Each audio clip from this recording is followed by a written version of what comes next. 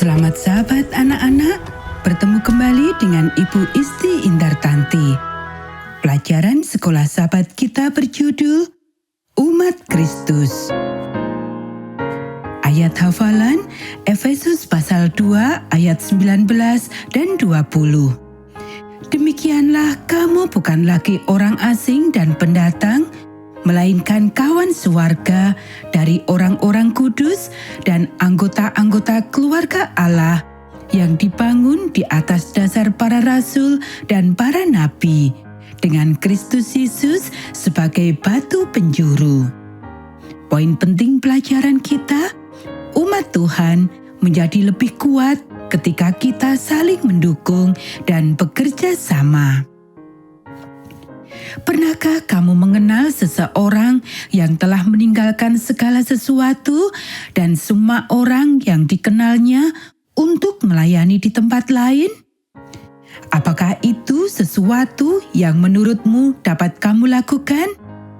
Minggu ini kita akan belajar tentang dua orang perintis misionaris, Paulus dan Barnabas. Di akhir kebaktian bersama umat percaya di Yerusalem, salah satu diaken berkata, "Teman-teman, hari ini kita menerima kabar dari mereka yang pergi dari sini karena penganiayaan.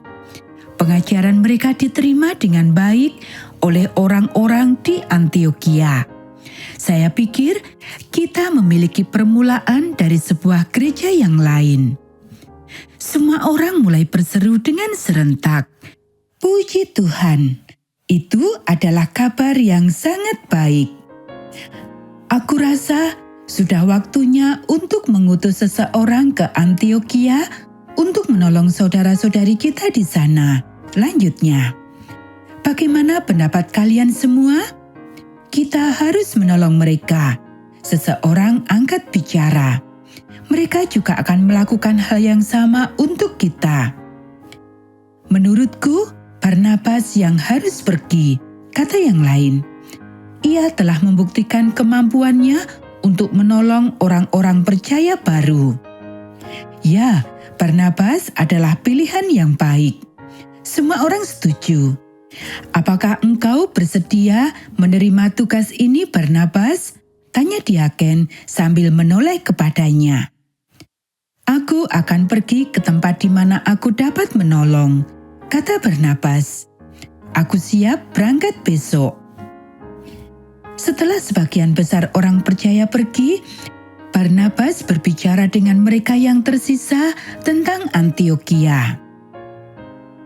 Seseorang bertanya apa yang dia ketahui tentang kota itu. "Ini adalah kota terbesar ketiga di Kekaisaran Romawi," kata Barnabas. "Orang-orang datang dari seluruh dunia untuk berdagang dan berbisnis di sana. Antiokhia adalah tempat yang indah dari luar, tetapi ada banyak korupsi di sana. Orang-orang menyembah Dewi Artemis."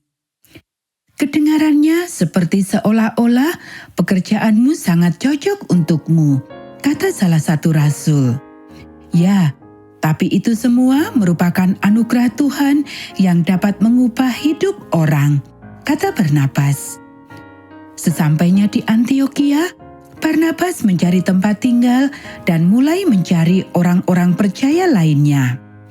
Ia mendapati bahwa laporan-laporan tentang pengabdian mereka kepada Tuhan adalah benar.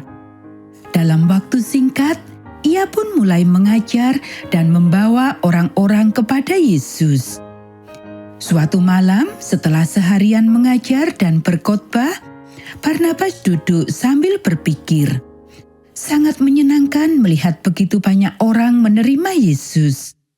Tetapi ada lebih banyak pekerjaan yang harus dilakukan di sini daripada yang dapat kulakukan sendirian. Mungkin aku akan meminta Saulus untuk datang dan membantuku." Keesokan harinya, Barnabas berangkat ke Tarsus, di mana Saulus, yang juga disebut Paulus, telah bekerja. Paulus segera setuju untuk bekerja sama dengan Barnabas. Kembali ke Antiokhia, mereka mulai mengajar orang-orang bukan Yahudi tentang Yesus. Tak lama kemudian, mereka dipanggil dengan nama baru, orang Kristen. Apakah kamu sudah mendengar apa yang mereka sebut tentang kita? Paulus berkata kepada Barnabas pada suatu hari. Barnabas mengangguk setuju. Ya, orang Kristen. Mereka berpikir bahwa menyebut kami umat Kristus adalah penghinaan bagi kami. Mereka tidak tahu betapa besar kehormatan yang kita terima karena dinamai sesuai dengan nama Tuhan kita. Para pengunjung datang secara teratur untuk bertemu dengan Barnabas dan Paulus. Pada suatu hari, beberapa tamu istimewa, para nabi dari Yerusalem telah tiba. Barnabas dan Paulus menjadwalkan pertemuan dengan mereka dan semua orang percaya lainnya pada malam itu. Kelompok tersebut berkumpul pada malam itu dan mendengarkan saat orang-orang memberikan laporan dari Yerusalem, Fenisia, Siprus, dan wilayah-wilayah lain di mana orang-orang mengajar tentang Yesus. Kemudian, seorang pria bernama Agabus berdiri untuk berbicara. Barnabas memberi isyarat agar semua orang untuk diam dan mendengarkan. Baru-baru ini Allah memberikan pesan yang menyedihkan kepada saya. Katanya kepada kelompok tersebut, akan ada kekeringan di Palestina. Teman-teman kita di Yerusalem akan mengalami waktu yang sangat sulit.